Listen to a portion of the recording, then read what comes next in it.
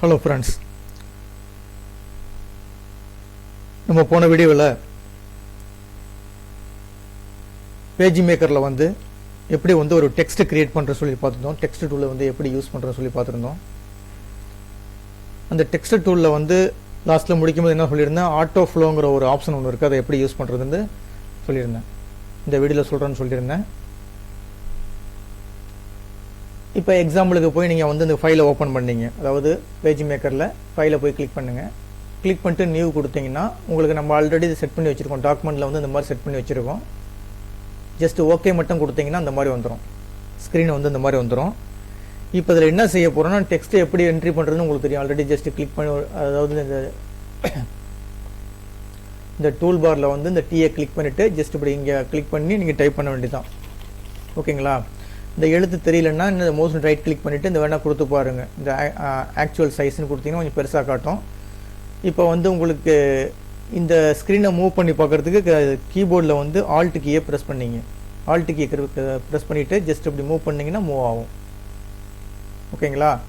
இப்போ அதே மாதிரி இந்த மூவ் டூலை பற்றியும் பார்த்தோம். லாஸ்ட்டில் பார்த்தோம், மூவ் ஜஸ்ட் கிளிக் பண்ணி கர்சர் இப்படி மூவ் பண்ணி கொண்டு போகலாம். இந்த மூவ் டூலை பற்றியும் பார்த்துருக்கோம். இப்போ இந்த டெக்ஸ்ட் டூலே நம்ம என்ன பார்க்க போகிறோம்னா, இப்போ எனக்கு ஒரு பாராகிராஃப் டைப் பண்ணி வச்சுருக்கீங்க, இல்லைனா ஒரு டாக்குமெண்ட் டைப் பண்ணி வச்சுருக்கீங்க. அந்த டாக்குமெண்ட்டை எப்படி இங்கே பேஜஸில் கொண்டு வர்றது அப்படின்னு பார்க்க போகிறோம். இப்போ எக்ஸாம்பிளுக்கு பாருங்களேன். இப்போ இங்கே எத்தனை பேஜஸ் இருக்குன்னா, ஒரு பேஜ் தான் ஓப்பன் ஆகிருக்கு.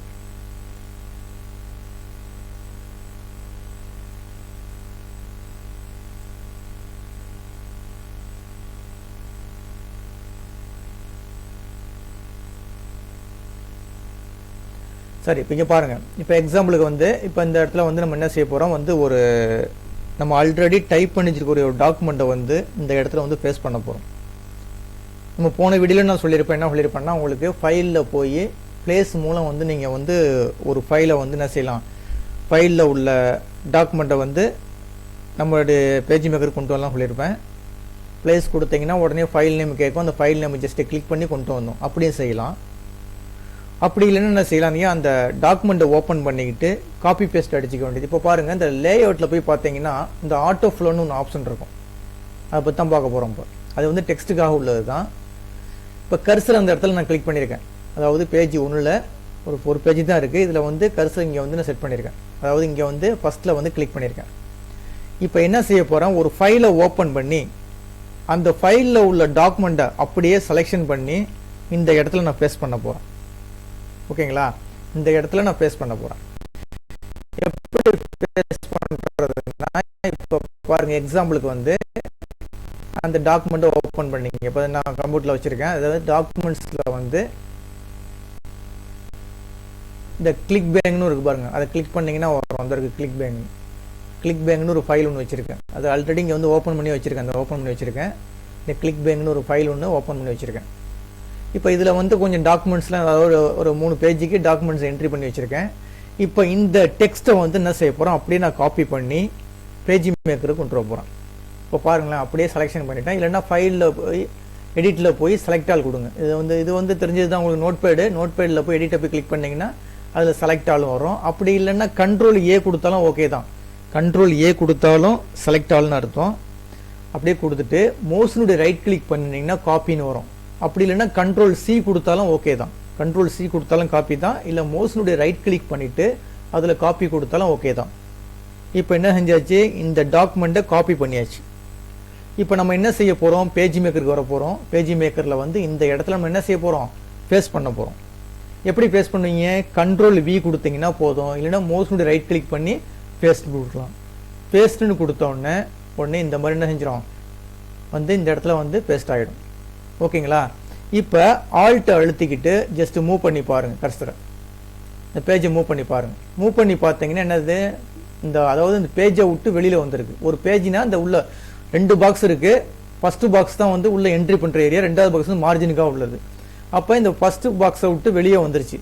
அப்போ நீங்கள் என்ன செய்யுங்க, இந்த மவுஸ் பாயிண்ட் இருக்குல்ல, அதாவது பாயிண்ட் இருக்குல்ல, அந்த பாயிண்ட் அப்படி ஜஸ்ட் கிளிக் பண்ணிவிட்டு இந்த டாக்குமெண்ட்டை கிளிக் பண்ணி பாருங்கள். அப்போ என்ன சொல்லுது, இங்கே கீழே என்ன இருக்குது பார்த்தீங்களா, அந்த இடத்துல பாருங்கள். இந்த இடத்துல பார்த்து கண்ட்ரோல் ப்ளஸ் கொடுத்து வேணால் பாருங்கள். கண்ட்ரோல் ப்ளஸ் இங்கே பாருங்கள். இங்கே என்ன சொல்லுது, ஒரு ரெட் கலரில் ஒரு கீழே ஒரு ஐக்கன் பண்ண காட்டுது பாருங்கள், ரெட் கலரில். இந்த மாதிரி இருந்துச்சுன்னா என்ன அர்த்தம்னா, இதுக்கு மேலேயும் டாக்குமெண்ட் கீழே இருக்குது, இன்னும் லைன்ஸ் வந்து கீழே வந்து அதிகமாக லைன்ஸ் இருக்குன்னு அர்த்தம். ஓகேங்களா? அப்போ என்ன செய்றீங்க, நமக்கு இந்த கோட்டுக்கு மேலே தான் இருக்குன்னு, அப்போ இதை ஜஸ்ட் ட்ராக் பண்ணி அப்படி கொண்டு போயிடுங்க. இது வரைக்கும் கொண்டு போயிடுங்க. இது வரைக்கும் கொண்டு போயிட்டீங்கன்னா இப்போ இது வரைக்கும் உள்ள டெக்ஸ்ட் மட்டும் கரெக்டாக எடுத்துக்கும். ஓகேங்களா? இப்போ இது வரைக்கும் டெக்ஸ்ட் கரெக்டாக எடுத்துக்கிச்சு. அப்போ இதுக்கு மேலே உள்ள டெக்ஸ்ட்டை நான் என்ன செய்ய போகிறேன், அடுத்தடுத்த பேஜுக்கு கொண்டு போக போகிறேன். இப்போ ஒரு பேஜில் ஃபுல்லாக உட்காந்துட்டு கீழே இந்த மாதிரி ரெட் கலர் வந்துருச்சு. ரெட் கலர் வந்துருச்சுன்னா என்ன அர்த்தம், கீழே லைன்ஸ் ஒன்றும் இருக்குது, லைன்ஸ் இருக்குது, பேஜஸும் ஏகப்பட்டது இருக்குது. ஒரு பேஜ் 2 பேஜ் இருக்குது, லைன்ஸ் இருக்குது, ஏகப்பட்டது இருக்குது. அப்போ என்ன செய்யறா, அதை ஃபுல்லாக வந்து ஒரு பேஜில் உட்கார வைக்க முடியல. அப்போ என்ன செய்ய போகிறோம், அடுத்த பேஜில் ஃபிட் பண்ண போகிறோம், அடுத்தடுத்த பேஜில் ஃபிட் பண்ண போகிறோம். அதுக்கு தான் நான் சொல்கிறது இந்த ஆட்டோ ஃப்ளோங்கிறது. இந்த ஆட்டோ ஃப்ளோவை நீங்கள் வந்து கிளிக் பண்ணியிருந்தா ஒரு மாதிரியாக இருக்கும், இங்கே கிளிக் பண்ணவே இல்லை. அப்போ என்ன செய்கிறீங்க, இந்த பாருங்கள், ஜஸ்ட் இப்படி இந்த இடத்துல போய் கிளிக் பண்ணிங்கன்னா போதும். அதுக்கு முன்னாடி நீங்கள் பேஜஸ் ஓப்பன் பண்ணீங்க. எப்படி பேஜஸ் ஓப்பன் பண்ணுறதுனா, லே அவுட்டுக்கு போனீங்கன்னா இந்த இருக்கு பாருங்கள், இன்சர்ட் பேஜஸ், இந்த இருக்கு பார்த்தீங்களா, இன்சர்ட் பேஜஸ்ன்னு கொடுத்தீங்கன்னா இந்த மாதிரி கேட்கும். இன்சர்ட் மட்டும் கொடுத்தோன்னு 2 பேஜ் வந்துருச்சு. முதல் பேஜுக்கு வந்துட்டோம், 2வது பேஜ் 2 வந்துச்சு. இப்போ என்ன செய்ய வேண்டியது, முதல் பேஜுக்கு போயிட்டு என்ன பண்ணுறது, இப்போ முதல் பேஜுக்கு போகிற மாதிரி இருந்தால் எப்படி, கோ டு பேஜ் கொடுத்துருங்க. பேஜ் 1வது பேஜுக்கு போகிறோன்னு வச்சுக்கோங்க, 1வது பேஜிட்டு ஓகே கொடுத்துருங்க. 1வது பேஜுக்கு வந்துருச்சு. ஓகேங்களா? இப்போ 1வது பேஜில் இருக்கும். இப்போ நான் என்ன சொன்னப்போ, ஜஸ்ட் இப்படி கிளிக் பண்ணிங்கன்னா இந்த இருக்கு பாருங்கள். இப்போ வந்து 2வது பேஜும் 3வது பேஜும் கிரியேட் பண்ணிட்டோம். அது எப்படி பார்க்குறதுனா, லே அவுட்டில் போய் கோ டு பேஜ் கொடுத்துட்டு, இப்போ எனக்கு 2வது பேஜ் 3வது பேஜுக்கு போனால் ஓகே கொடுத்து பாருங்கள், அந்த பேஜஸ் காட்டும், 2 3 காட்டும், அந்த மாதிரி காட்டும். அப்படி இல்லைன்னா கீழே இங்கே இடத்துல ஒரு ஐக்கான் வரும், அதை ஒன்று செட் பண்ணிங்கன்னா ஆட்டோமேட்டிக்காக வந்துடும். நம்ம இதில் செட் ஆகல, செட் பண்ணிக்கலாம். இப்போ இங்கே பாருங்கள், இப்போ எனக்கு 1வது பேஜுக்கு போகணுன்னா லே அவுட்டில் போய் கோ டு 1வது பேஜ் நம்பர் 1ன்னு கொடுத்துட்டு ஓகே கொடுத்துருங்க. இப்போ இந்த இடத்துல இருக்குது, ஜஸ்ட் கிளிக் பண்ணியிருக்கேன், இந்த இடத்துல ரெட் கலர் இருக்குது. இப்போ என்ன செய்ய போகிறேன், இந்த இதை வந்து அதாவது கீழே உள்ள பேஜஸையோ இல்லை லைன்ஸையோ நான் என்ன செய்ய போகிறேன், அடுத்தடுத்த பேஜுக்கு பேஸ்ட் பண்ண போகிறேன். அப்போ என்ன செய்யணும், ஜஸ்ட் இந்த இடத்துல கிளிக் பண்ணிங்கன்னா போதும். அப்படி இந்த கிளிக் பண்ணிங்கன்னா இந்த மாதிரி வந்துருச்சு பாருங்கள். அந்த ரெட் கலரில் வச்சு நான் மவுஸை வச்சு கிளிக் பண்ணும்போது இந்த மாதிரி வந்துருச்சு, அதாவது பாராகிராஃப் மாதிரி ஒரு சிம்பிள் வந்துருச்சு பாருங்கள். இதை என்ன செய்றீங்க, அப்படியே ஃபைலுக்கு லே அவுட்டுக்கு போய் கோ டு பேஜஸ்க்கு போயிடுங்க. போட்டு 2வது பேஜ் போய்ட்டு ஓகே கொடுத்துருங்க. ஓகே கொடுத்துட்டு இந்த இடத்துல இப்படி கிளிக் பண்ணுங்க. கிளிக் பண்ணினா ஃபுல்லாக வந்துருச்சு. வந்துட்டு கீழே ரெட் கலர் காட்டுது பாருங்க. இங்கே கீழேயும் ரெட் கலர் காட்டுது. வேண்டாம், ரைட் கிளிக் பண்ணி ஆக்சுவல் சைஸ் கொடுத்து பாருங்க, கரெக்டாக தெரியும். இங்கே பாருங்க, இப்போ கிளிக் பண்ணி பாருங்க, ரெட் கலர் காட்டுது.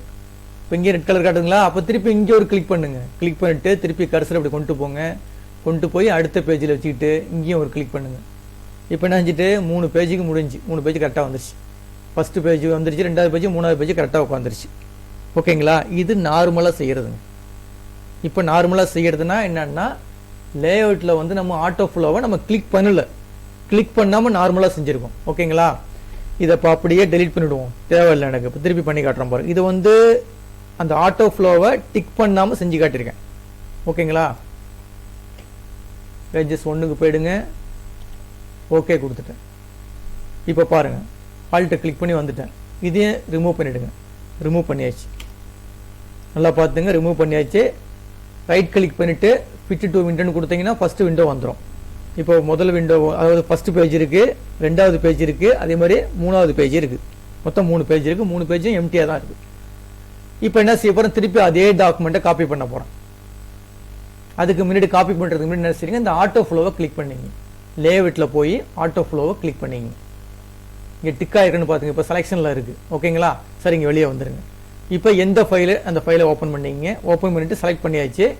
எடிட்டில் போய் காப்பி கொடுத்துட்டீங்க. செலக்ட் பண்ணி ஃபுல்லாக முடிச்சுட்டு எடிட்டில் போய் காப்பி கொடுத்துட்டீங்க. கொடுத்துட்டு இங்கே பேஜ் மேக்கருக்கு வந்துட்டீங்க.